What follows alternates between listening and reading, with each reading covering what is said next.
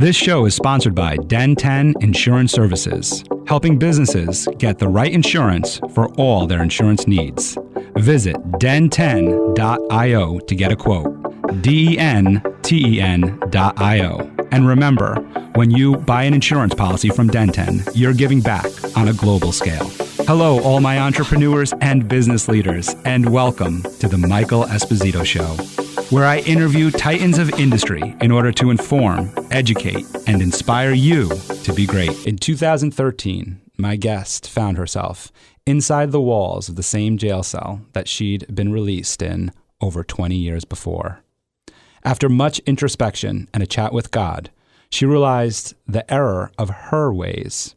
She began to understand that her life had been a training ground, that all of her experiences and her survival would serve as hope to women who had survived the same but not yet claimed victory.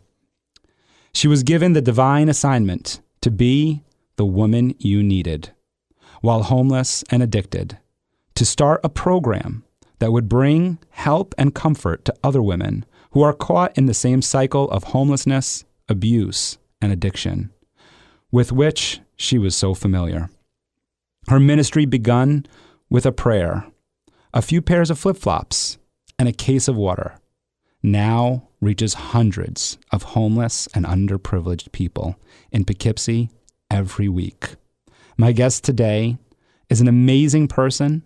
She is the founder of Hope on a Mission. Please welcome CaraMia Bacchiochi. Hi, Michael. Hi, welcome. Welcome. Thank you for having me.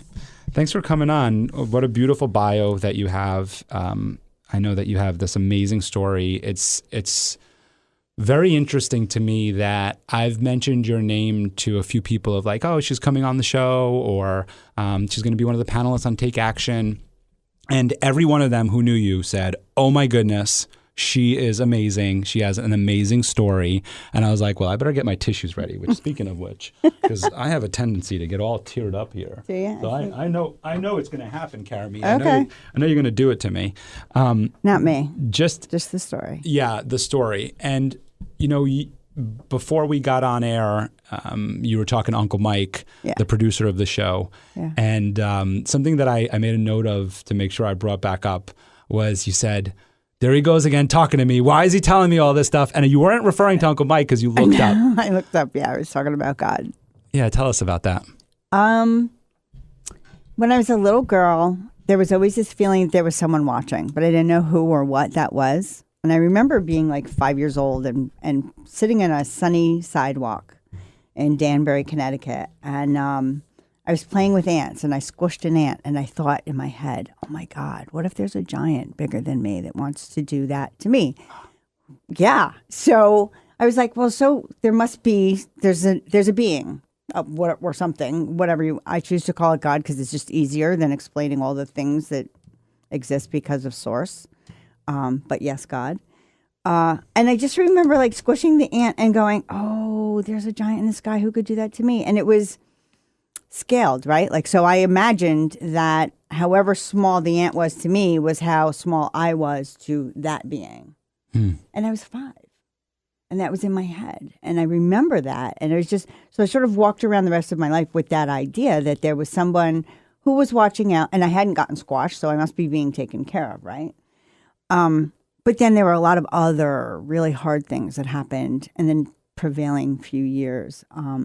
There were siblings born, and then there was a divorce from my parents, and there was alcoholism in the family, and there was a lot of other things that occurred.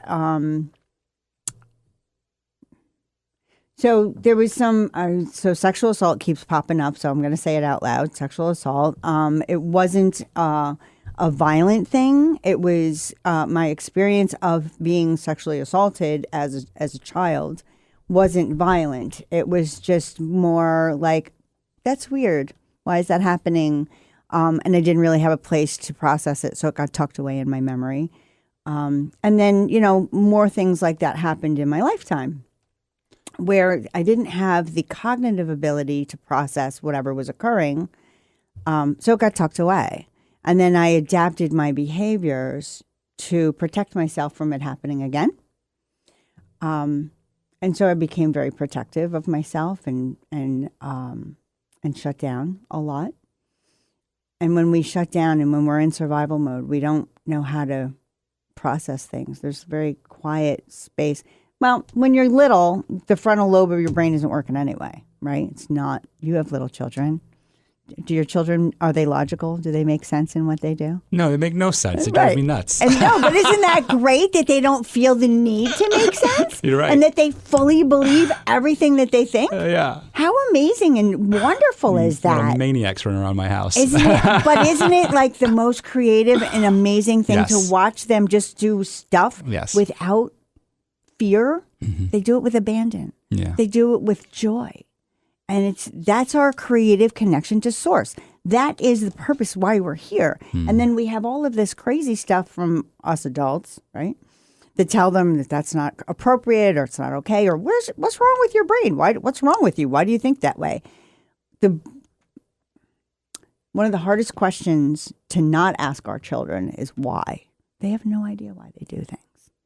None. Because that's frontal lobe, that's executive function. They don't have a reason why. They just do it because it feels good or it's fun or it crossed their mind. So to return to that as an adult. So when I was sitting in the jail cell in 2013, 23 years after I'd been released from it, I was like, all right, God, where'd I go wrong? And he's like, you left me behind. I had been in rehab.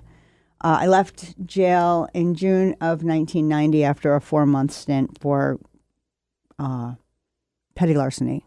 Petty larceny was one of the ways that I fed my habit when I was using drugs and alcohol and I was addicted and homeless. And, you get arrested enough times for the same thing, they increased your sentence. So I'd been arrested and given an appearance ticket. I'd been arrested and served, you go in and you get what's called arraigned, and that's where the judge says, all right, you can post bail or you can go sit in jail because you can't afford to post bail, which now is not even a thing anymore because bail's been removed. Oh. However, so it was like post bail or sit in jail. No pun intended, little rhymey thing. And so there were I was homeless and addicted. I had no family members. I had no friends other than drug dealers and other addicted people. And so there was never anyone to post bail for me for $200. So I would sit in jail for 3 or 4 days. And when you go back to court, they say, oh, we'll release you on time served. And so, but that repeated itself 13 times over 4 years. So I finally sat in jail for like 4 months because in a 6-month sentence, you serve 4 months as long as you behave yourself, you get out 2 months early. It's also crazy. Our penal system is ridiculous, but it serves a purpose sometimes. So anyway, when I'm sitting, so in 2013, I'm sitting in that same jail cell and I'm like, oh, so that's what I was going to say. I left jail in 1990 and I went to an intensive inpatient program, a treatment facility in Ithaca, just outside of Ithaca, New York, called Trumansburg. And it was called Alpha House. And they helped me learn that some of my behaviors were survival behaviors. And that that what we do as children to survive doesn't serve us as adults, right? So the things that I needed to do to like keep people away from me and acting, when I was little, when I was younger, even as a teenager, I've always had a very big personality. I love to be alive. I love to feel alive. In that stretch, cocaine was my drug of choice because it made me feel alive. So anyway, I was always told that I was too big, too large, too loud, all the twos, right? TOO, too much. You're too much. Go sit down. You're too much. Go find a place to, get away, go away, go away, go away. And so I learned how to shrink to make the people around me comfortable and so I could be safe because otherwise I'd get yelled at for being me. So I learned how to not be me. But now, at almost 58 years old, I'm being called again by God to step into the fullness of who he created me to be. And it's really freaking uncomfortable. And I've been fighting it for a couple of years, but I'm at the point now where it's more uncomfortable to disobey than it is to step into the fullness of me. And so that's a whole journey that's going to be unfolding over the next, until I'm not breathing anymore. But that's where things are headed. So anyway, on that whole note, I think I got lost where I was going. Don't worry. Yeah, it's all good. I don't care either. I got notes here to keep us together. You're the winner. I wanna go back to, you used the word sexual assault. Yes. Assault is not a word that I've heard with that. I've heard sexual abuse. I've heard molestation. I've heard all these other assaults. But you said it wasn't Violent. I didn't perceive it as violent. I'm interested in that breakdown and what that means and for me, what that looks like. Well, for you, yeah. But also when I think about this show, why I do this show, and our listeners are probably wondering, well, Michael, you always have like CEOs, C-suite executives, entrepreneurs, and all these founders. Come on, and here we are. We're talking about sexual assault here. I think this is very important. And it's important because there are people in the C-suite. There are founders of companies. There are people that are struggling that have had these things happen to them. They don't need to go public with them. That's not that's their choice of whether they want to or not. But to me, the reason why I founded this show is to let people know that there's somebody else on the other side who has the same experience, and that they can reach out to them. And they could also know that they're not alone. And so I'm interested in this story about sexual assault and what it means to you and what that word means to you and why you identify it that way. Okay. Hope on a Mission was founded for the same reason, to let people know on the other side that there is hope, that we can triumph over the things that have happened in our experience. I try to take away the victimhood of it. It happened to me. It occurred in my experience as a human. I use the word sexual assault because anything that is uninvited is an assault. Okay. And sexual because that's the body parts of mine that were affected by the assault. So I've had, spiritual assault. I've had emotional assault. So it's the category. So sexual abuse and everything that falls into that category of sexual assault then. Yeah. For me, abuse is something that's ongoing. It occurred over and over again. I don't have a recollection of it occurring more than once. Okay. So it was a one-time thing, and it was a family member. And I don't feel that there was malicious intent behind it. I think it was more curiosity than anything else. And because that's how I tell the story and that's how I own the story, I don't have anger or guilt or shame involved around it. And that's also why I use the word assault. I was an unwilling participant. I didn't invite it in any way, shape, or form. I was 5. I don't know anything, and I'm just there. And there was an event that occurred that sort of blew my mind. It was a person who loved me, and I loved them, but it also set up.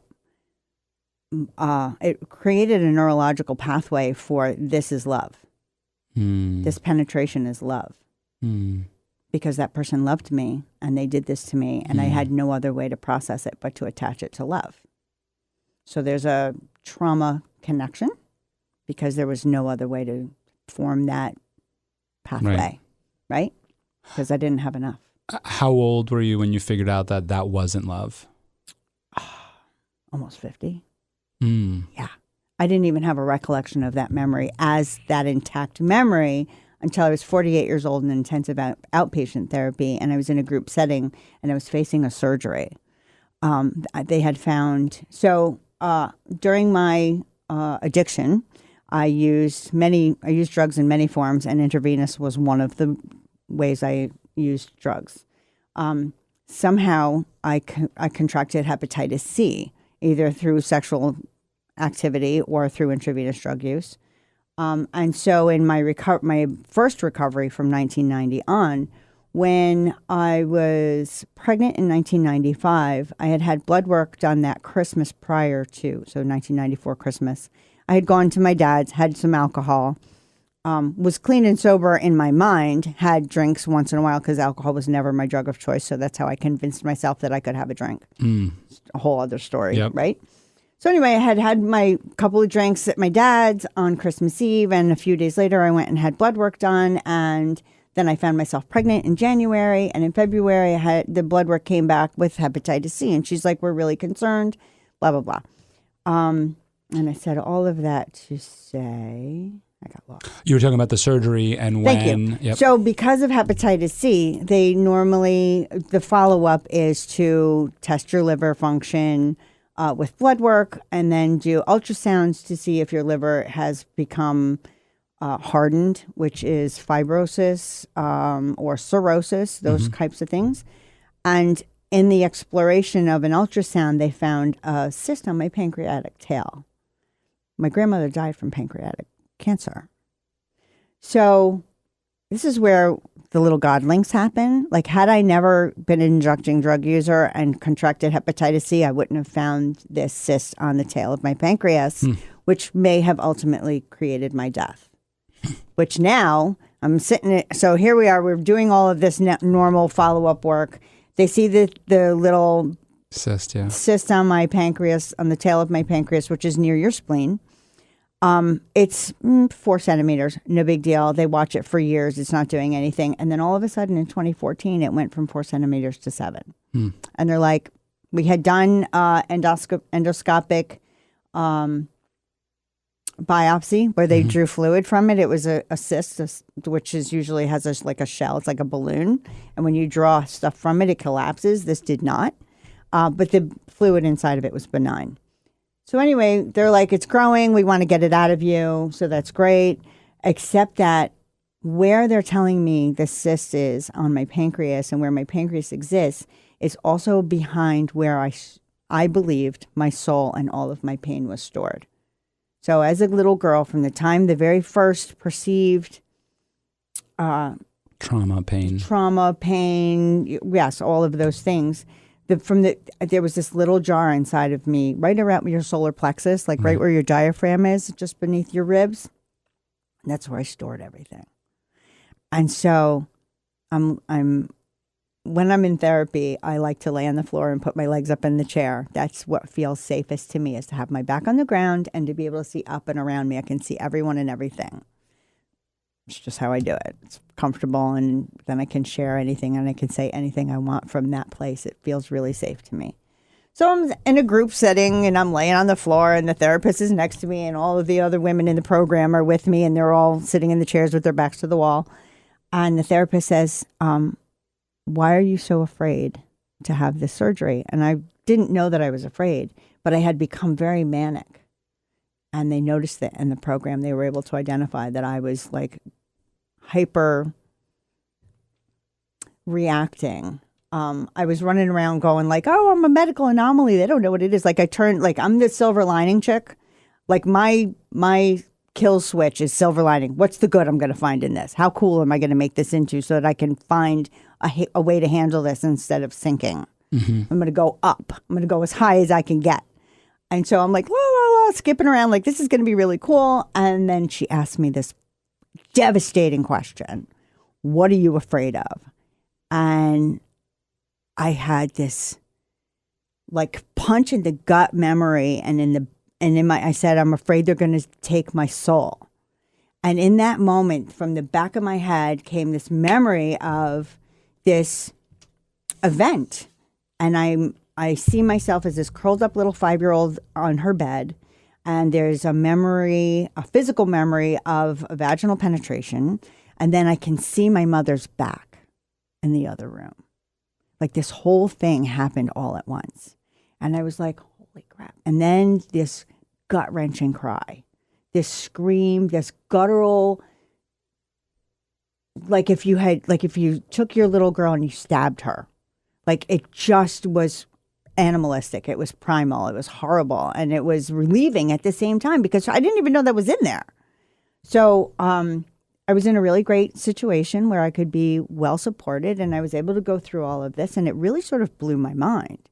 And it still sort of blows my mind that our brains can tuck this kind of stuff away and not be aware of it, but it still drives a lot of us, right? Because it's back there. And because it was my survival. I needed to not know about that to survive. I needed to not have a conscious awareness of that, although it did drive a lot of really bad decisions because I linked love with sexual assault. Like, who does that? But that's exactly what happened. So in that event, but that's how we found out that, that's how I found out about that event in my life was prior to surgery. It was much later on. Yeah, 43 years later. I was 48 years old when I discovered, when that memory popped up. when that memory popped up, so now you were in recovery. Yes. Did that help? Absolutely. Okay, go ahead. Yeah. So for me, a lot of my drug and alcohol abuse occurred because I was living contradictory to myself. Right? So there was this internal conflict. I knew the right thing to do, but I had been told for so long that I wasn't okay the way I was. And I didn't know how to make those things line up, who I was and who you wanted me to be.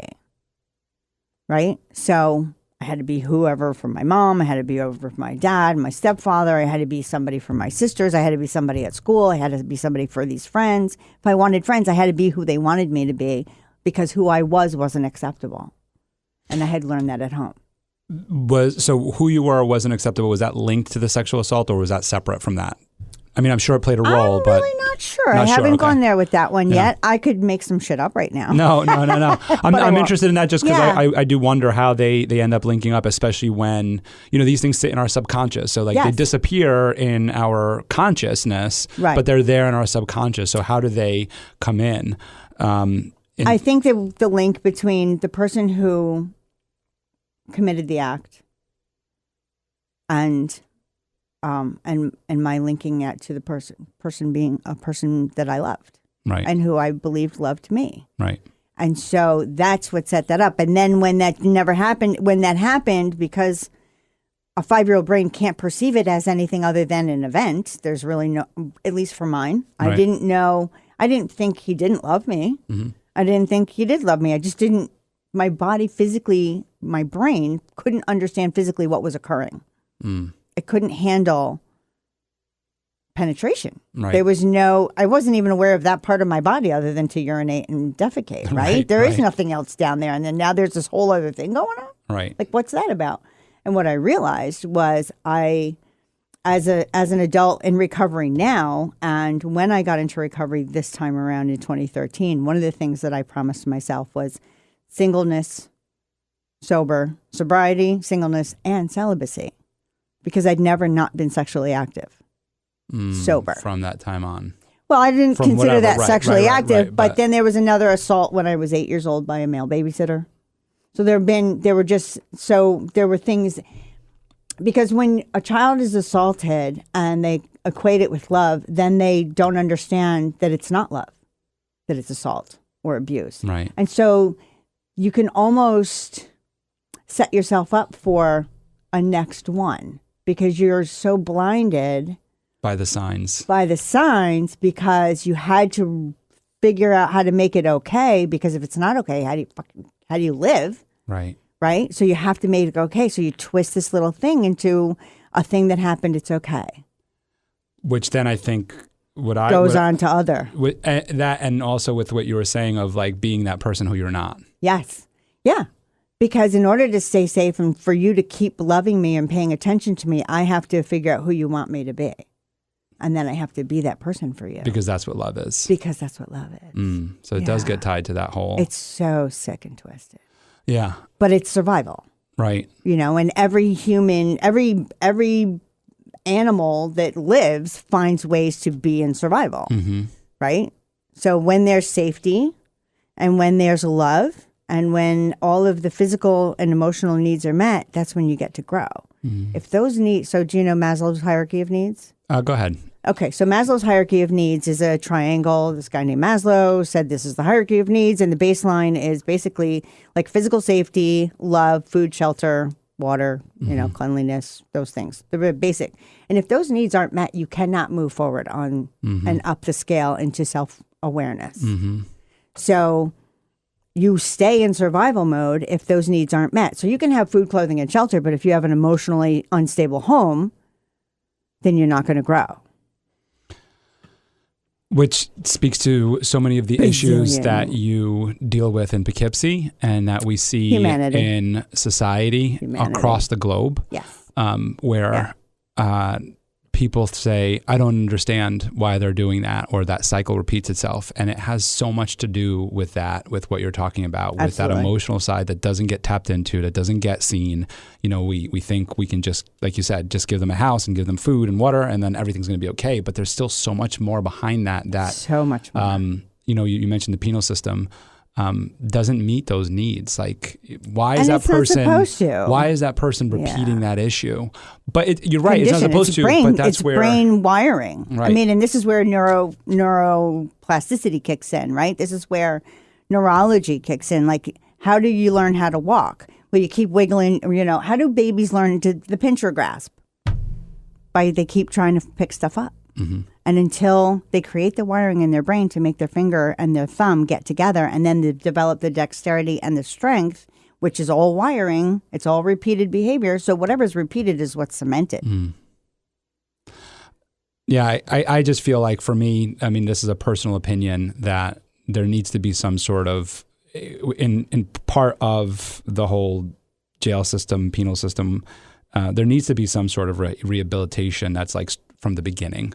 Like, you said you got arrested countless amount of times before spending a night in jail. And it's like, but how many times did you get somebody reach out to you that actually cared about you and wanted to hear your story and wanted to understand how to help you? And would I have been able to receive them based on what I felt about myself at the time? Would you have been able to? Yeah, I don't know, right? We don't know. So because when I look back at my story, I think of how many times God placed people in my path to say, you're worthy and you're lovable, and it doesn't matter what you're doing or how you behave or what you have for me. I love you because you're human. How many times were people like that in my path and I didn't even recognize them because I couldn't? Right. Because I was blinded by the belief that I had zero value except for what hole you could use of my body or what other part of my spirit, soul was beneficial to you. And that's how I sold myself. Right. Unknowingly. Right. Right? I sold myself into our friendship. I committed to our friendship by being whoever I thought you wanted me to be. That's how I entered into my marriage. Mm. And so where did addiction start then for you? Addiction started, at home. I mean, mom and dad and mom and stepfather. Like, I look back at family, right? All the family pictures of me in a stroller, everybody standing around with a beer in their hand. Right. And when we were kids, it was like, as soon as you could hold a bottle, you got a can put in your hand. And then there was a photo of you're 6 months old and you can hold a baby bottle, and now you can hold a beer can. And that's the family portrait. And it was a joke. It was never meant to be harmful, but think about it. Right. Yeah. That's bizarre that you're sitting there in your little dressing gown as a little tiny baby in your little blanket sleeper thing, and you're holding a freaking can of Peels. What is that? Right. Where does that line up with healthy living? Right. It's crazy, but that's not uncommon. And did your siblings, and not that you need to speak about them on air, right, but did they also go down an addiction? They all have their own problems. Right. We each had adaptive dysfunction. That's probably more of the question that I'm asking. Adaptive dysfunction, yes. So part of the environment plays a role. It's huge. It's in huge. That. But I mean, there are also children who grow up in those environments and never have a problem with any of that stuff. Yeah. But they have other adaptive dysfunctions, like workaholics, right? Like not focusing on their own mental well-being, but and not being in touch with themselves at all, but being, the CEO. I mean, I'm not going to say Jeff Bezos had childhood trauma, but focusing on money or things outside of self. Anything outside of self it takes more focus is probably imbalanced. Well, I mean, you brought him up, and it is in his book. And is it? No, not what you're talking about. But what is in his book is that his mother left his birth father, I believe, before he was born, or I think it was before he was born, and her father had asked his birth father to step aside. Oh. And he did step aside because he didn't feel that he was financially capable of taking care of the family. So and all the little pieces fall together in the story of Jeff Bezos. There you go. So the grandfather had asked him to step aside, and he did. And he left. The man left. It's an interesting story. Left. No. The mother was with Jeff. Jeff Bezos and I actually have the same birthday, which is kind of interesting to me, January 12th. So I was very intrigued by this story. But anyway, so his mother did have him, and she kept him, and she remarried, and that's where he got the name Bezos. Was from her new husband. His stepfather. I believe that he knew early on that it was his stepfather, from what I remember, because I remember in the story there was something about him, something with an orphanage at first. Like there was something with a house, like an orphan type of house, but I'm not 100% sure on that story. So there was, he knew that. So to your point of trauma, there was something there happening early on where he was aware. So there was a detachment from both parents initially. There was a detachment. He was aware of financial issues because they weren't financially stable. Yeah. So there was all of that. This is all in the book. So I'm just kind of like recapping what I remember. Sure. But to attach it to what you're talking about, but his whole life, and he always told his mother this, and she said this in a news report, was, I just want to go to space. That his whole life was to build, anything that he did was to get him to go to space. And she even said that in an interview when somebody said, how much money is enough for Jeff? Yeah. And she said, whatever will get him to space. I wonder what his little boy brain thought space was that he needed to get there. Interesting, right? Yeah, I wonder too. Right? Because that's my thought process is, what did space offer that didn't exist here that he needed to be there so much? You want to hear one of the cool parts of the story that I thought was so cool? Yeah. Years later, when this guy was writing the book about him, he ended up finding his birth father. Okay. And it's a little bicycle shop. I forgot where and what town of the U.S., but it's a small town. Little bike shop of like, drop off your bike. Drop off your bike for repairs. Find out that this guy does free repairs. It's just like a little like small little bike shop. Yeah. So guy goes in and tells him, the author goes in and he tells him, hey, look, found out, like long story short, right? Your son is Jeff Bezos. And he's like, who's that? Right. He literally said, who's that? Right. Meanwhile, there's like an Amazon packing facility only a few miles away from this guy's shop. Right. So he doesn't know who he is. Right. And then finds out, of course, and they reconnected, communicated briefly. But I just thought it was so cool. Yeah. Or not, well, it's not so cool. Odd. Yeah. It's an interesting, it's a dramatic, interesting part of his life story. Yeah. That his birth father doesn't even know this, like, this billionaire. Doesn't even know who he is. Well, and how often is that happening now with like Ancestry DNA and, 63andMe or 23andMe or whatever it is? Where people are discovering that they're related to one another without ever knowing that you didn't. They're related. Right? Yeah. I mean, there are twins. There are identical twins that are finding out that they are identical twins. Because they were separated. Like, it's just mind-boggling. Humans, the capacity to be ridiculously stupid is gigantic.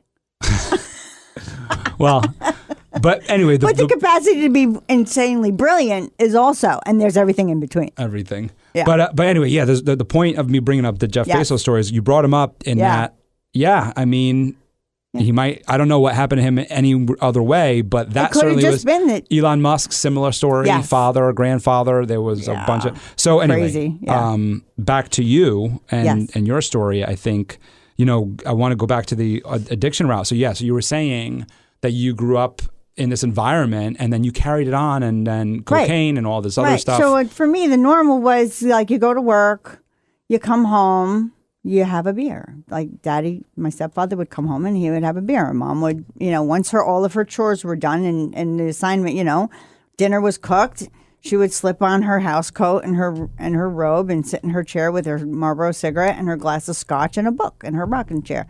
Dad would sit on the Victorian sofa next to her with his beer and the newspaper. And do the same. And, and then we would tiptoe around them because we didn't want to bother them because we'd get yelled at. Right. So we'd sit in the den and we'd watch TV.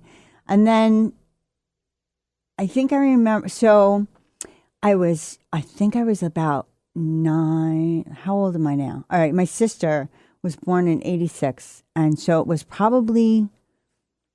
No, she was born in 76. I'm a liar. She was born in 76. And it was probably 75 because it was after the bicentennial. So 77, I'm going to say.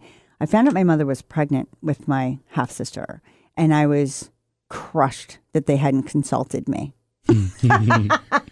How's that for narcissism as a child, right? And so I was really angry for 100 reasons anyway at that point. My mom and her husband, my stepfather, often had disruptive evenings to my sleep without blaming anyone or making big details to harm anyone. There was shouting and breaking things. And then the next morning there'd be flowers. Like nothing happened. And so that was really like, how do you rationalize that as a kid? Like you were screaming and calling each other horrible names and being really loud. You're so loud that I learned how to sleep through anything. Right. And then there's flowers. Like, what the hell is that? That doesn't land for me. I don't get that. And that was part of what taught me to dissociate, was that these things can't be linked. So dissociate, because that was a survival skill. Dissociation is a great survival skill until it's not. And that's where my addiction came in. It was like, so I got caught up in we moved into a new town in 8th grade. So 8th grade is like the worst year to move into a new town, right? Because everybody, especially in a tiny little town. So everybody had been to school together from kindergarten through 8th grade. And there was maybe 400 students in the whole school. It was a tiny little town in Connecticut. And so here I come skipping in summer of 7th and 8th grade. And I start 8th grade and I'm the new girl. And all the girls hate me and all the boys want to know me. And it was horrible. And the girls called me terrible names. And I had no idea why they were saying those things, because I had never performed any of those acts or been involved in anybody's business. I had never had any sexual activity that I had consented to and participated in willingly at that age. So I was really concerned, like, why are you calling me a whore? Right. Like, why are you saying all these things about me? This is hurting my brain. I don't get it. Especially because I'd never done anything to you. Like, I just showed up, man. I don't know anything. Right. But, 8th graders are horrible. Yeah. Middle school sucks for everyone. Anyway. Well, because many of them, too, the ones calling the names, are also experiencing their own traumas. So much dysfunction. Absolutely. And I understand that as an why adult they're now. doing that. Yeah. Oh, yeah. But that, when you're in it, it just hurts. And it hurts so much that you want a way out. And so most of the kids that I was in 8th grade with had older brothers and sisters who were already drinking and smoking weed. So to be a part of that, in order to get them to stop hurting me, I became chameleon, right? I became whoever I thought they wanted me to be so that I could be accepted and no longer hurt. I could stop the hurting. So, but they did horrible things. They rolled up regular grass in a rolling paper and pretended to smoke weed and gave it to me. And then they teased me relentlessly that I was smoking grass, like real grass, not marijuana grass. Right. And that's when I found my parents had marijuana. And I started stealing it and giving it away to get friends. So that's where drugs entered, was like in those places. So it was already present at home. Part of acceptance. It was my normal. I didn't know that drugs were illegal. I didn't know that drinking was bad because I didn't associate my parents drinking with their arguing. I just thought it was my normal. Right. So I didn't know that they were connected, right? Parents drank every night. Sometimes they argued. Sometimes they didn't. So I didn't make a connection. But in recovery, that's what they try to get you to understand is like, how is your drinking or drugging related to the trouble in your life? And you say it's not a trouble. I'm having a great time until you look at all your DWIs or, your arrest record, whatever.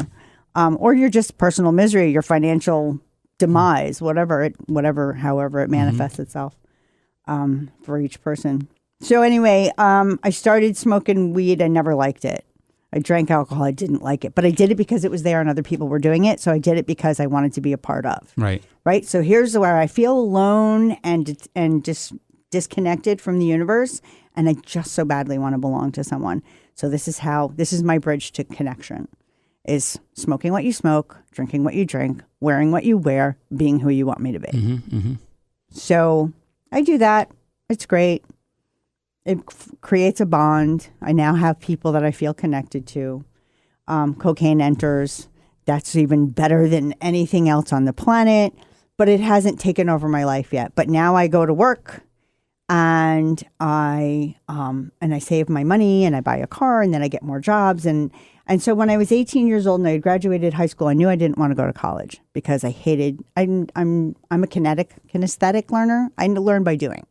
Sitting in a chair and staring at a wall with a chalkboard on it and listening to someone meander is excruciating to me. I can't do it.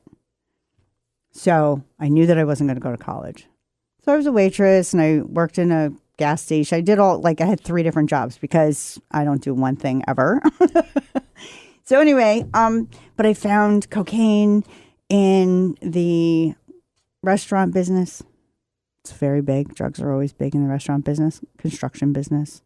So anyway, it sort of took over. And then, of course, instead of trying to figure out how to buy drugs, I'm going to go out with the dealer.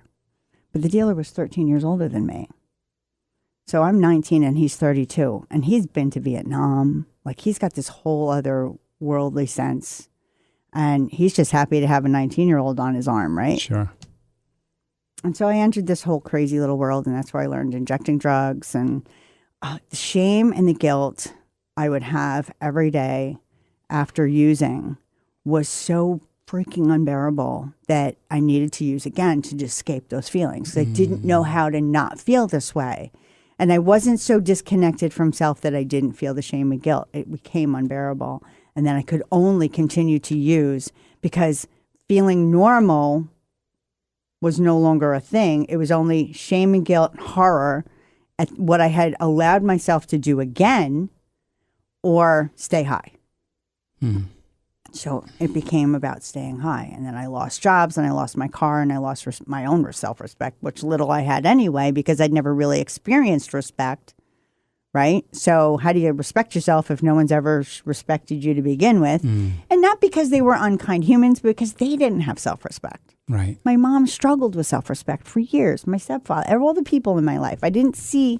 And the people who were self-respectful, I was like, they're weird and boring. Yeah. Right? Because it seemed weird and boring to me. So I just ended up going down a really dark rabbit hole. And I ended up on the streets in here in Poughkeepsie. I came out to Poughkeepsie from the little tiny town in Connecticut to attend. So I graduated high school in 1984, the summer of 84 and the summer of 85. I'm like, I really need, I miss school. I miss the outline. I miss the structure of having to get up every morning and to show up somewhere and do something and then have the rest of my day to myself. Having all of that free time really just made me crazier. And so I decided that I was going to go to trade school. So I came out to Poughkeepsie to go to secretarial school because that was what was available. It was short term, 10 months. I could handle that. I could get a loan to do it. And it was mostly hands-on kind of stuff. It was learning how to type and, write a report and blah, blah, blah. And so that seemed doable to me. So I was commuting back and forth from Connecticut to here in Poughkeepsie for a while. And then I found roommates and we lived, 3 of us rented an apartment and we each got a room. But at that point I was already sinking and I couldn't pay my rent. And then one of my roommates was very unkind to me. And I don't know how much I provoked that, being my unwell self. Right. You know what I mean? I'm not blameless in this. Yeah. I am not blameless in this. I'm completely dysfunctional. I don't know how to live with humans because I only know how to destroy people who are in my way. So, she's not blameless. There's my portion and her portion. And then I engage in relationships with people who are incapable of being present. Well, like finds like, right? Exactly. So it's the same with those roommates. And so that's what happens is that you continue to re-traumatize yourself by involving yourself with people who are going through trauma and have been traumatized and are going to traumatize you. Like you said, there's a bond. You create it, right? And it's a trauma bond. And people sometimes mistake that as love. Yeah. And that's a lot of new science. But anyway. There was trauma bonds. But they're destructive. And I just ended up not going back anymore. And then I was living in my car. In Poughkeepsie. And then I moved to Newburgh because Poughkeepsie wasn't cutting it for me anymore. So I moved to Newburgh in my little Honda Civic, which the passenger seat had fallen out of. It got loose, so I just ripped it out, and then I called it. So here I go with the silver lining queen, right? Oh, it's my Japanese limo. So I would drive people around you got to get in the back because I'm the chauffeur. Right. I'm running dealers down to the city. We're picking up drugs and driving back up. Whose life is this? And when I would call my sisters and be like, yeah, I went to the city and we picked up, a couple of kilos. And my sisters would be like, who are you? Get off the phone. And they stopped taking my phone calls because it was too painful for them to see me living this life. And I had no idea because I had at some point in my mind, if I can't be good and you're not going to recognize good, then watch how bad I can be. And that's what allowed me to go down this path that I hadn't been raised in, like breaking the law was okay. Right. But I decided being a gangster was going to be way more fun than being, a normal citizen. Well, yeah, I mean, being a normal citizen for you was traumatic from what you've explained.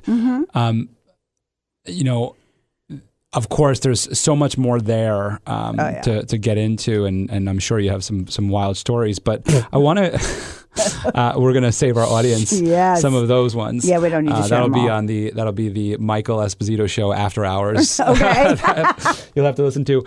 I want to go back to this 5-year-old girl squishing ants and knowing that there's a higher being. And she was so innocent and full of love, and she was happy in her ideas about the universe at the time. And it was so cool to just be me then. And so there's a photograph of myself as a 2-year-old, and it's around Christmas time, and I'm wearing the cute little dress with the frills, the frills, and I can't remember the name of it, but there's this type of it was anyway. With like the red bow or something, or no, it was a cute little dress, had the puffy sleeves and the lace, and then there's this type of stitching that happens, but I can't remember the name. I know, of it. I could kind of see it. It's like ruching, but not. It's an actual stitch, and it's fancy, and it's little girls wore them all the time, and it's like your little pinafore. So anyway, there's this photograph of me, and I've carried it around for years, and I really never recognized her. Like I knew that it was a photograph of me taken as a 2-year-old. Beyond that, I never recognized that little girl or anything. And then about 4 years into this recovery of mine that I'm living in now, I don't know what it was, but I had been alone and had enough alone time. My children were still living with their father. I had been in outpatient. I had graduated outpatient. I had graduated from college with an associate's degree.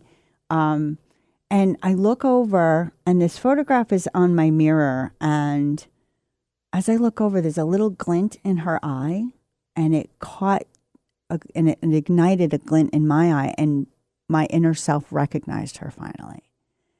And then I wept. I'm like, that's the last time I was happy. That's the last time I felt real. That's the last. I remember being her. I remember feeling wonderful and being happy and innocent and joyful. And if she existed then and she's still inside me now, then I get to claim her back and I get to be my full self again. And so that was really amazing day because that filled my heart. Like I wasn't as bad as I'd been told. I wasn't as wrong as I'd been made out to be. It wasn't the terrible punishment for being alive that I had come to believe was the truth. And then it was like, holy crap. Well, if that's true, what else is true? And so recovery for me has been this like uncovering of, so I liken it to wearing a Velcro suit, right? We get born, we're hanging out, and, we start to put this little suit on to keep us protected. And then people like throw their insults or their false beliefs or their own personal crap. And it's tennis balls, and they stick to our Velcro suit. And then we're buried under all of these tennis balls. And awareness comes when I go, wait a minute, these aren't my beliefs about myself. This isn't the truth of me. Let me take this tennis ball and look at it and go, that's my mother's stuff. Pfft, throw it away. That's my dad's. That's my 4th grade teacher who called me Caddy. What? Oh, you're 10 in 4th grade. Why are you calling me Caddy? Like you got no place calling me Caddy in 10th and when I'm 10 years old and as a teacher. But that's something that happened to me. And so take that tennis ball and throw it away. It's not mine. And then I get to come out of this freaking Velcro suit of all these labels that were placed on me that don't belong to me. But I accepted them because I didn't know any different. Because I had no sense of self. But now that I know who I am and whose I am, right? I belong here. I'm a part of the process. I'm part of the program of humanity. I get to be here because what has occurred in my lifetime has value, and I, as a human, have value. And that's where I get to give dignity to the women in the street because they have value too. I don't care where you are, what you've done, or where you're going. You're still loved. Were you raised religious? I was not. No, I was, my father's father's family came from Italy, so there was that whole Roman Catholic thing, Italian. My father's mother came from Ukraine. So I'm not sure what story came with her, but she had a very tragic life, very tragic. And so she was a very controlling, bitter woman. And when I look back at my story, I'm really grateful that I wasn't raised around her because who knows what would have happened. But that's a no, thank you. And my mom's family were WASPs, white Anglo-Saxon Protestants, who did not practice anything. Who didn't practice. So where was this sense of higher being? So you squash this ant, but you feel this sense of higher being, and then now, or not now, well, now you still obviously believe, but in 2013, you find yourself speaking to God, to what you call God. Yes. Where does this come from, this sense? So I've always been a seeker, right? So I'm 5 years old and I think, oh, there's somebody bigger than me watching me. So with that idea, and I think that as very innocent and very naive beings, we know we're connected. We know that we're connected. And then we're taught to believe differently or to follow a path of religiosity. Ooh, I like that word, religiosity. It's a good word, right? That's a fun one. Yeah. So there's this path of this is how things are supposed to be. And you have to, and again, more tennis balls, right? Sure. More tennis balls. This is what you have to believe. And this is the way it is. Right. I believe it. So you have to believe it because you're my child. And this is the family belief. Right. Right.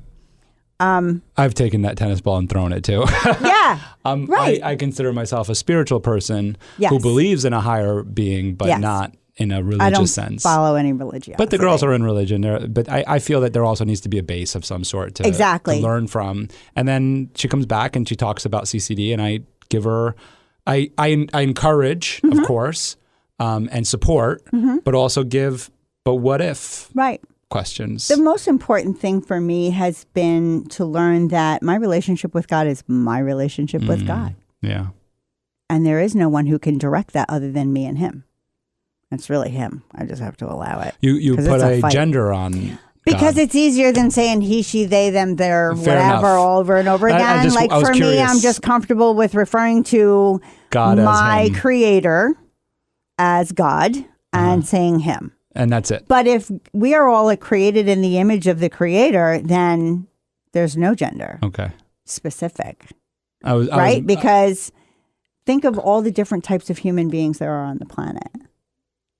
None of them are a mistake. There are people who are fully, quote unquote, male, fully, quote unquote, female. Then there are hermaphrodites. There are people who have all of the sexual parts. Yeah. And then there's orientation. Then there's brain. There's so many, and then there are so many human factors that affect a human's decision based on how they see themselves, how they want to be perceived by others, yada, yada, yada. So a personal choice always. I'm not here to assign anything to anyone nor judge anyone's self-assignment. It's not my place. I'm not God. I don't want to be God. He's got a big job. He can handle it. I cannot. So I'll be over here in the corner doing my thing because that's what works for me. So back to your seeking then. Yes. So I've always been a seeker. Sidetracked you. I'm sorry. Yeah, it's all good. So again in 8th grade, when we moved into this little tiny town in Connecticut, we lived on Main Street, and I could see from our front porch the Congregational Church, the Episcopal Church. Down the end was the Methodist Church, and around behind the firehouse was the Roman Catholic Church. Now, I had step-family cousins in New Jersey who were all Italian Catholics, and everybody did the communion, and they had pretty white dresses, and they got envelopes full of money. I want to sign up for that. Yeah, and then become Jewish, and at 13 you got a big envelope of money too. I don't know anything about that, and I didn't know that. Okay, well, I didn't know that at the time. I just knew that I wanted a pretty white dress, and I wanted the cash. I like the bar mitzvah better because you're 13. You at least know what to do with the money. In second grade, you don't know what to do with the money. It all goes into a bank account that you never see. I don't know. I didn't. That was not my experience. I witnessed my cousins get handfuls of cash and do all kinds of cool stuff with it. They got to buy themselves things. When they made their communion? Sorry? When they made their communion? Yeah. Yeah, and I never had a first communion. So in 8th grade, there's the Catholic Church. I'm going to go sign up over there. And I got a crash course in Holy Communion and confirmation because I needed to get my confirmation, but you can't be confirmed unless you've had your communion. So now you got a double whammy. So I'm being basically tutored by this woman in the church who's teaching me all this stuff. I'm not absorbing any of it because I've got so much other trauma happening, new town, all this other stuff going on, and I'm just yesing everybody to death. I have been given a gift that I learned by osmosis. So if I'm in the room and something's being discussed, I absorb it. And then when you ask me about it later, I can give you answers. It's freaking weird. I don't know anything about it, but it happens. And my youngest son has it too. Explain that a little bit. I have never studied for a test in my entire life. Mm-hmm. I don't know how to study. I can't study. I can't even make myself study. But if I'm in the classroom while it's being taught, so math. You're an audio learner. I'm an audio learner, but it's passive, right? I'm just in the room. Mm-hmm. I'm not storing information cognitively. Mm-hmm. It's just landing. Mm-hmm. And so when it comes time to go take a test, if I trust my intuition, I'll get all the answers right. Mm-hmm. But if I second guess myself or I question it, then I mess myself up. I relate to that because for me with school, the only way I passed classes is if I showed up. Yes. That was the only way. If I wasn't there, I didn't pass. Right. And it was because I learned, and that's why I said I categorized audio learner. That's why I started the podcast too, is I learned business through podcasts. Okay. I listened to podcasts that were talking about business and I was like, oh, I want to do that. Oh, I like that. Oh, that business. Oh, that. I have my insurance company, right? Denton. To get insurance licensed, I had to read this huge book and I had to attend class. Yeah. So what I did was I actually recorded all of the questions and all of the facts that I needed to know. Okay. I forced myself because it's so hard for me to read. Right. Forced myself to read them to tape, not to tape, to my phone, to my recorder. Mm-hmm. And then I listened to them back on my way to class. Okay. And that's how I passed the test. You are brilliant to even come up with that and then apply it. I still have them. I have all the recordings. It's great. So that's how I learned it. Right. I'll take notes, but I'll never look at them again. Exactly. I had to record. Ever. I'm the same way. I take all these notes and I don't and then look at them. I just put the book away and I never look at the stuff again. Yeah. But it's a gift that also has its, like you just said. It's a double-edged sword. It's a double-edged sword because really is. It's tremendous. We're able to learn. That's why I started the podcast because I was like, there's other people like me that want to learn from these people, learn from people like you. Yeah. But then on the other end, it's like, well, I can't read a book. I can't read a book. and you know what's the worst for me? Unless it's a book that's like gripping and I can't turn the pages fast enough. And then, like when my kids were little and I would read when they were napping because they would have like a 2-hour window. And that's when Oprah started her book club, right? So I'm reading a book. And so the kids wake up and I'm like, ugh. And so I have to put the book away, but now I'm like consumed with how is this woman making it while I'm washing dishes and feeding my children. Never mind that it's a freaking book and it's waiting for me. Right. Like that didn't make sense at all. I was just caught up in the story. Well, I have the issue with reading because of dyslexia, but what I was just going to say is... Your eyes jump to the other page when you're reading? No, I don't absorb what I'm reading. I don't either. So I just end up just... reading the same thing over and over again? Yeah, reading the same thing over again, losing place in my sentences, like I'll skip lines or reread the same line. Or the things on the other page distract my eyes. Oh, everything distracts me. Yeah. And but I was just going to say the worst thing for me, which is also a great thing, by the way, so don't take this the wrong way, anyone, but... When someone gifts me a book because they found out that I've been reading books through audio, but they find out that I've been reading books because I'll just reference them, and they gift me a book, and I'm like, crap, now I got to go buy it on money. I have a library full on Audible. You just cost me $20. This wasn't a gift. Sign up for Audible. No, that's what cheaper. I have. All right. Well, then it didn't cost you $20. You have credits. When someone hands me, well, you got to buy the credits. No, you don't. You earn them with your subscription. You pay for the subscription. Yeah, $14.95, and you get so then you can buy $50 books on audio for a $14.95 credit. We're down my rabbit hole, and we don't need to. This is I'm going to go back to your rabbit hole about religion. Okay, back to there. Yeah, I'm very interested in, and I'm being serious here. Yes. Well, I've been serious the whole time, but you know what I mean. Of course. And we're having a lot of fun too, which is really nice to see or to do. Or all the above. Or whatever this is. Yeah, whatever. Next. Moving on. But so yes, I did confirmation and communion, Holy Communion, and and then that was done. And then I found out when I was working at the local video store that the guy who was up there reading the something with an E in Catholic. I don't know. Whatever, Eucharist, whatever. He's up there Eucharistic reading. minister. I don't know. He was one of the elder guys, and he's up there. I don't know, dude. Don't care. Oh, sorry. Next.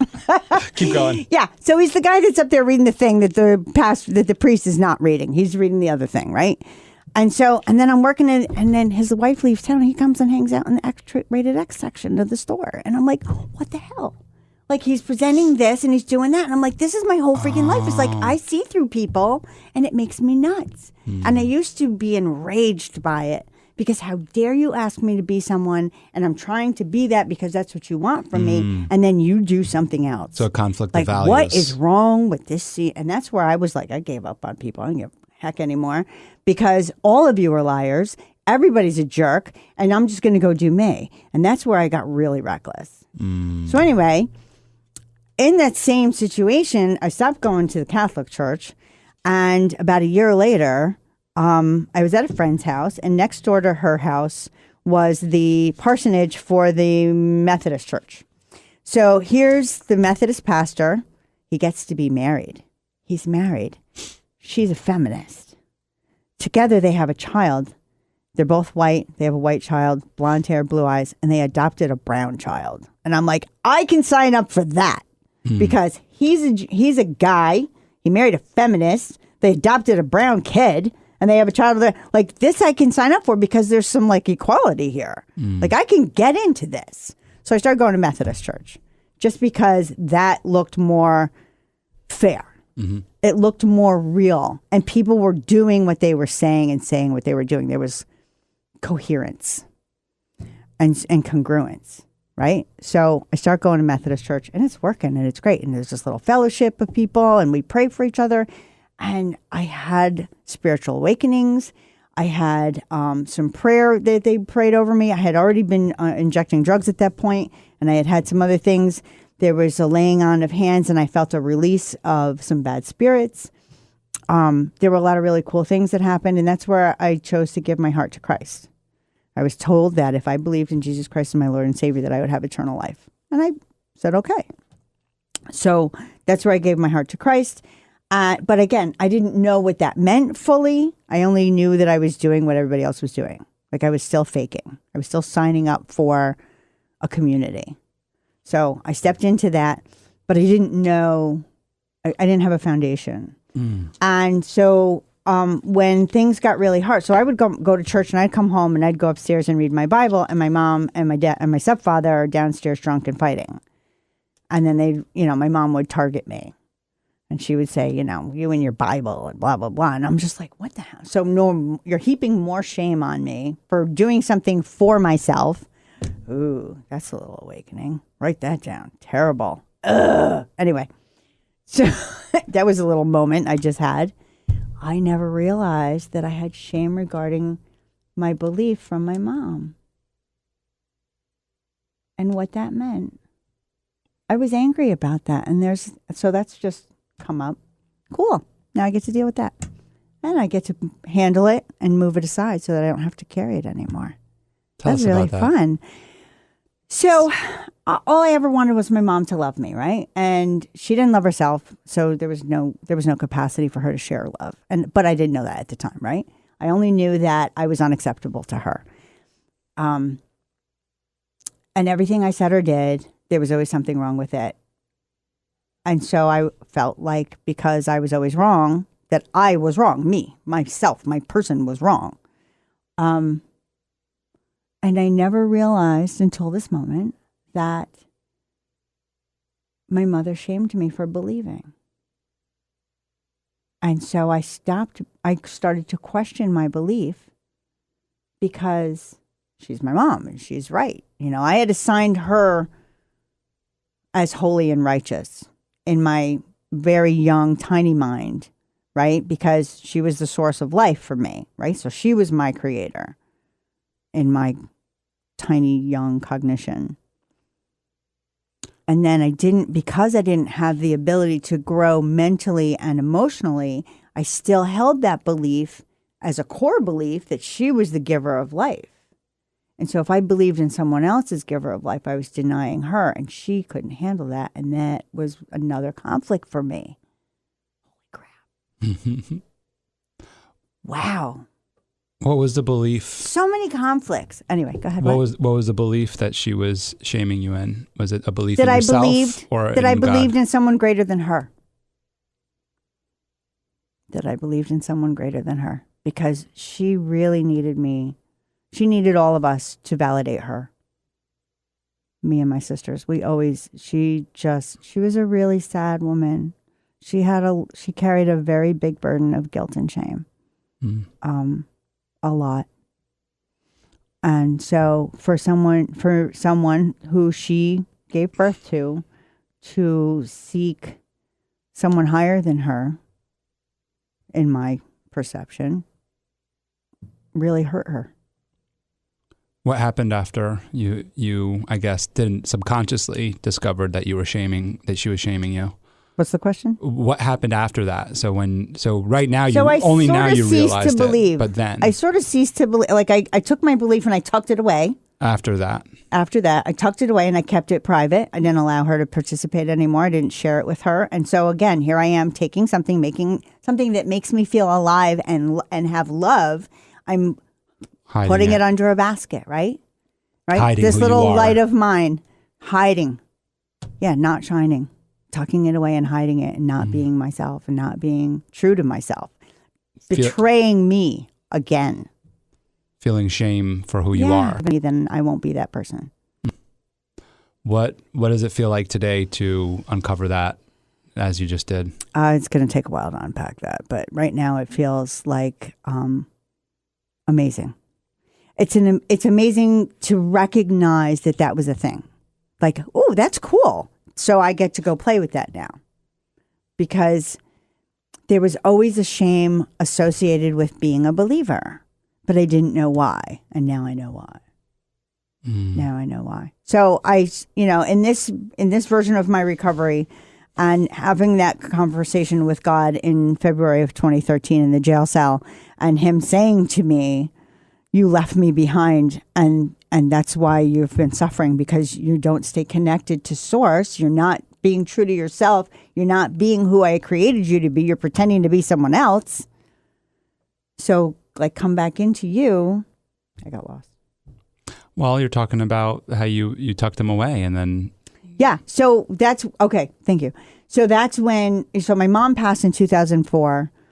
My stepfather and I had parted ways. That my mom and stepfather had divorced for years. My stepfather remarried. My mom passed away in 2004. In 2003, my stepfather and I parted ways. So in 2005, I sort of had this awakening, like the only person I really owed anything to explain my behavior or myself to anymore was the person I was married to at the time.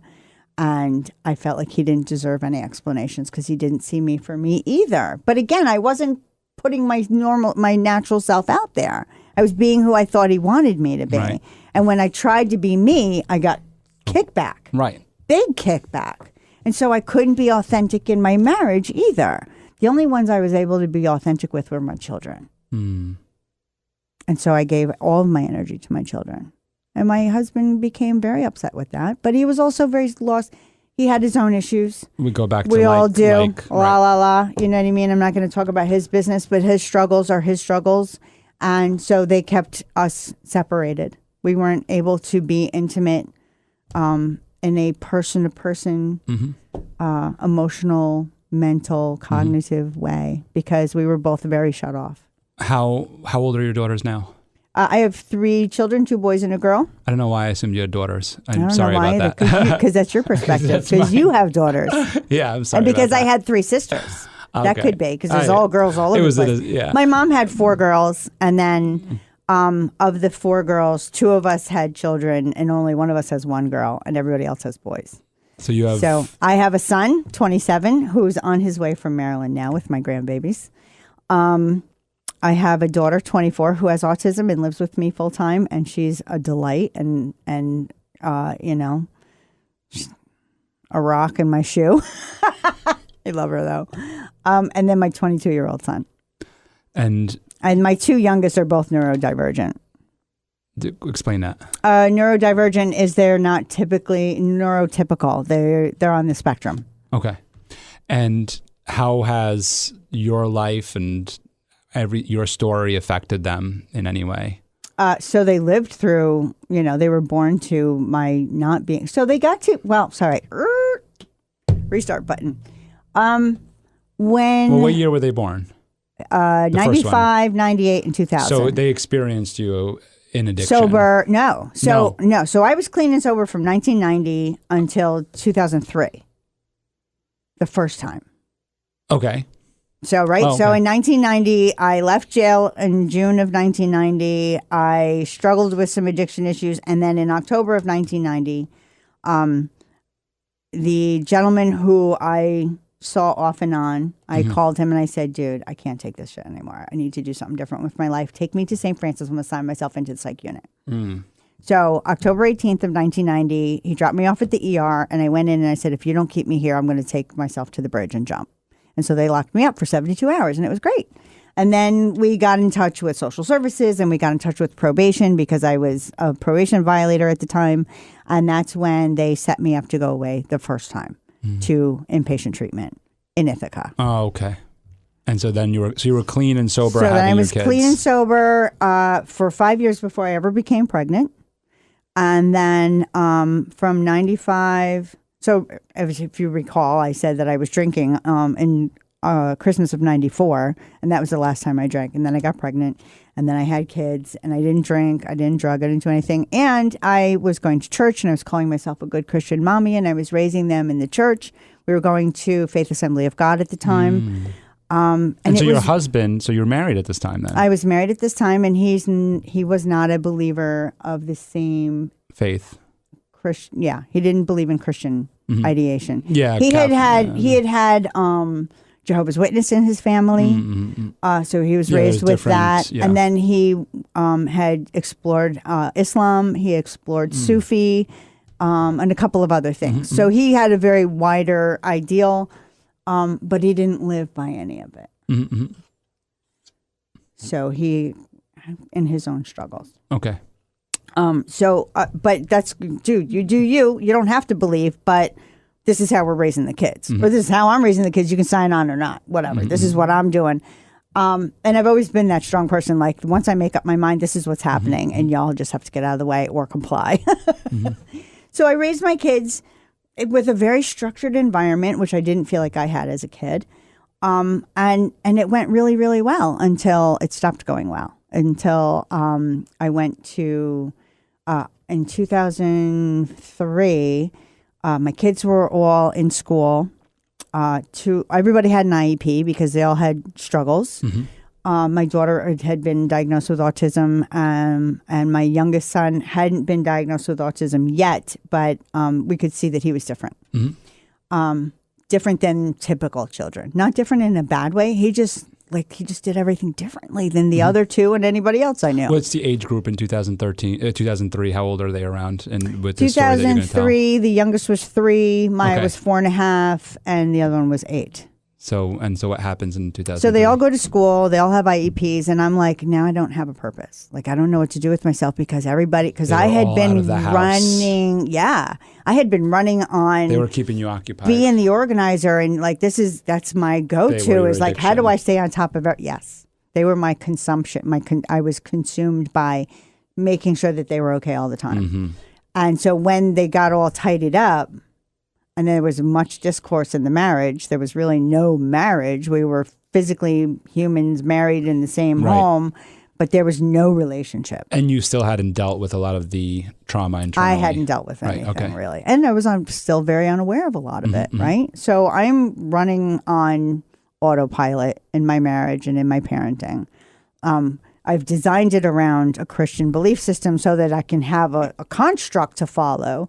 But other than that, I'm faking everything. I don't know what the hell I'm doing. I'm just making it up as I go, which I still kind of do. But it follows a better path now. I'm more true to myself than I ever was. So anyway, I decide I'm going to go to college because my husband doesn't want me to go to work. So okay, so I'll go to college. So I go to Dutchess Community College and I set up night school so I can be home during the day and be a good mommy and do all of that stuff. And then he comes home from work and then everybody has dinner in PJs and I go to class. and I find out I'm a good student, which blows my mind because in high school I was not. So I'm taking classes. I'm getting A's. I can write a 250-word essay in 40 minutes, like right before class. I can't write it 2 weeks before class, but I can write it 40 minutes before class, and I can get an A every time. I clept out of a bunch of classes because I can't sit through 14 weeks of class, but I can take a test and pass the test and get the grade. And I can get the credit for the class towards my degree. So I think I'm going to go and be a nurse. So I'm sitting, I get all my prereqs done, and I go to nursing classes, and it's 5 books per semester, and they're 4 inches thick each. And I have to read 22 chapters every 3 weeks and take an exam. Overwhelmed. Not happening. And I'm drinking. I've started drinking because when I go to college and I start hanging out with these kids in these in these classes, and we do study groups, we go out for drinks after. And because drinking was never my problem, my drug of choice, I can do it. I've had success in having a beer here or there, which I hate, or, a yummy treat like toasted almond alcohol, anything sweet, anything like palatable, I can drink because, again, I'm pretending that I like it. I like the result. And so that's what happened. I fell into the hole again where this feels better than not drinking. So now I'm buying alcohol and I'm bringing it home and smuggling it in my freezer. Now I'm slipping it into my Diet Pepsi. And I'm not doing it until after 5 p.m. like my mom did, right? My mom would get everybody fed and ready for bed, and then she would have her drinks. And then she would drink till she passed out. So now I'm becoming my mom, and I'm freaking out because I never wanted to be my mom. I was angry at my mom, and now I'm becoming her. So there's this whole other mind with an F going on, that I'm becoming the woman I hated the most on the planet, and that my children are going to hate me the way I hated her, which is not true, right? Because I'm not them and they're not me and I'm not her. Sure. And somebody pointed that out to me, which helped me pull out of that, because it's like, well, you're not your mom and your kids are not you. And I'm like, oh, thank you for that. But I still spiraled. And I decided that I needed to not be married to my husband anymore because I'd put up with 17 years of incoherence and no relationship, and I'm done. And I notified him of such. And then I moved out of the marital bedroom and into one of the other bedrooms in the household. And then I had to end the marriage with family court and having him removed. He was not violent or anything else, but he did take the door off my bedroom. And the police told me that the only way that I could rectify the situation was for one of us to leave. And so I had an order of protection filed. And then when he was non-compliant with harassment, because he was harassing, I would come home and he would just follow me around the house crying. And I was horrified. Like, you showed no emotion for 17 years and now you want to show up? Like, I was mad. Like, get away from me. So he even had my pastor come to the house. And I'm like, what are you doing here? He goes, well, your husband asked me to come. I'm like, how do you even know each other? You never went to church. I was mad. So then I was just like, no, now I'm really going to F you, dude. I'm out. But you were drinking too now. I was drinking too. And I failed out of nursing school. Right. So you're no longer the person that you had been working towards. Nope. So the kids now, where do they fall into this whole situation now? I'm dragging them through the muck with me. Okay. Yes. Yeah. And all they know is that mommy, who they loved and was safe, is now not mommy and safe anymore. And I remember that happening to me too. I remember at 8 and 9 years old, my mother becoming, when she and my father divorced, and there was this period where she lived as a single woman with 3 kids, and there were these men that would come in and hang out, and they would drink, and then I would wake up and they'd be in her bed. And I was taught that was normal. That was so.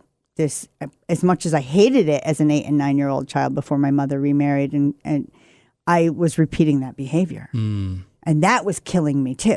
It was just so much internal conflict. And I had no skills. I had no way to know how to rectify it, or that not beating myself up. So this happens for the next 10 years until 2013? No, not for 10 years. It happened from 2003. Nope. So 2003, I divorced my husband in 2007. So I was drinking. And then when I moved out in the January of 2008, That was the agreement, was that he wouldn't let the house go to foreclosure if I moved out. So I wanted my children to not lose the only home they'd ever known. So if that meant giving it to him, no, just give him the house. I took the kids with me. Oh, okay. I just didn't want them to lose their home. Okay. So I took them to an apartment and they could visit their home with their dad. And he had Friday through Sundays, his choice to exercise it or not, and I won't discuss that.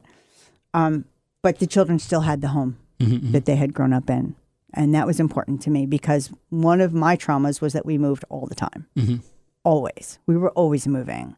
I was never in the same school twice. I never had friends. It was always start over, and it was exhausting. And it was traumatizing. So I think a big part of why my kids were able to handle what I was dragging them through was because they had the same teachers and the same friends and the same school bus all the time. Well, kids need consistency. Yeah. They need and some I'm taught stability. That by my wife. Yes. We need stability and we need predictable behaviors. We all need it. And predictable outcomes. Well. That's right. So that we know how to operate, because if we're off balance, then nothing is safe or secure. So anyway, go ahead. Yeah. So I mean, I was interested in understanding your kids and where they came from, but that all stemmed from the idea of religion, of not religion, but spiritualness and this higher being. So I want to bring us back to where you find this higher being now. So you went through this phase of sobriety. Yep. Fall back into it. Christianity, a nice foundation. I gave my kids a foundation. Because we did Sunday school and we did church a couple times a week and all those things. And then when I fell away, right, I turned my back, prodigal child. I got to go. See ya. Give me all my riches. I'll be back, or not, and then keep going. When I was sitting in the jail cell, God said, "You left me behind." And I had to think about, where did I leave him? And it was when I left Alpha House, Trumansburg, New York, rehab in 1991. I had been going to a church, and it was called Agape, which means love, and it was a really wonderful place, and I felt very spiritually connected to myself and my purpose on the planet. I felt alive. When I left the treatment facility and moved in with this gentleman who became my husband and the father of my children, I moved in with him by default. I was homeless unless I moved in with him. And so I was going to make it work. This is what you've got. Make the best of it, because that's my silver lining, right? I'm going to always find the silver lining. So I made the best of my situation and had to betray myself repeatedly in it, because I had to accept less than what I believed I was worth. Even though I didn't know what I believed I was worth, I knew that what was happening was not okay, but I allowed it anyway. I gave it permission and I participated. Right. And so I betrayed myself by doing so repeatedly. So in 2013, are you homeless or do you have a home? In 2013, I didn't know. I had just rented an apartment in October of 2012. I had said to my landlord, "I'm probably going to jail, just so you know." And he had a softness in his heart for me. And so I went away from February. I didn't get back until October of 2013, and he kept my home for me. Nice. And he's still my landlord, and he's still amazing. And he has, because of his support, I have been able to build the life that I've lived, because I never had to be worried about where I was going to lay my head. I never had to worry about if I couldn't afford my rent. I never had to worry about those things. So God provided that stability through this gentleman, and his life has become richer in our journey together. So it's been really amazing how God uses everything all the time if we allow it. Because he's tricky like that. When does Hope on a Mission begin? Hope on a Mission started when I was sitting in the jail cell and I looked at my whole life. And he said, "Everything you've been through has been training for who I am calling you to be now. I've been preparing you all of your life to go and be the woman you needed when you were homeless and addicted, because she didn't exist. And now you get to be that woman. And I see it as a privilege." So that's the happening in your mind. And my heart. When does it start manifesting into the world? Immediately. So God, I'm up at St. Joe's in Saranac Lake and from May to July of 2013. And every single morning during my prayer and meditation, which occurred in the shower because stimulation, I still need stimulation to focus. So the water hitting me and the sound drowning out all the other noises, I can hear the voice of God speaking to me and telling me what Hope on a Mission was going to look like. And he gave me the name Hope on a Mission and the acronym HOAM, which we get to play with as Hope on a Mission, right? So it's home guys, home girls, homies, home cooked meals, home plate. We get to play with all of that. And he said, I want you to go and just restore dignity. I want you to recognize the beauty and the gifts inside every person who's out there struggling, because I've planted a seed in every one of them and you need to water it. How do you go about doing that today? Hugs, love, food, clothing, just acknowledgement, recognition that they're human, looking them in the eyes like I'm doing with you right now, and just seeing who you are the way God created you to be, seeing you through his eyes. When we spoke a while ago at the diner, you mentioned that you had this like big vision for the for the organization. Yeah. I'm interested in hearing that vision.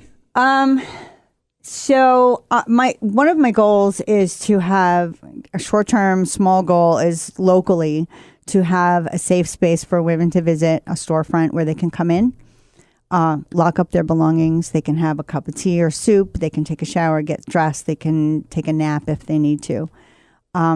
Big goals is to take it national, to make Hope on a Mission, have chapters, make it available to anyone who wants to repeat it anywhere.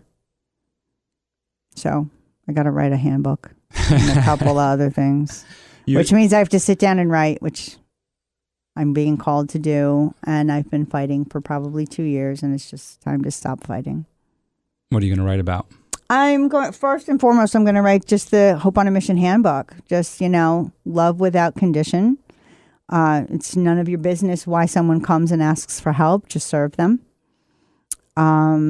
If it's been made available to us, then who are we to keep it from someone else? Never bring money.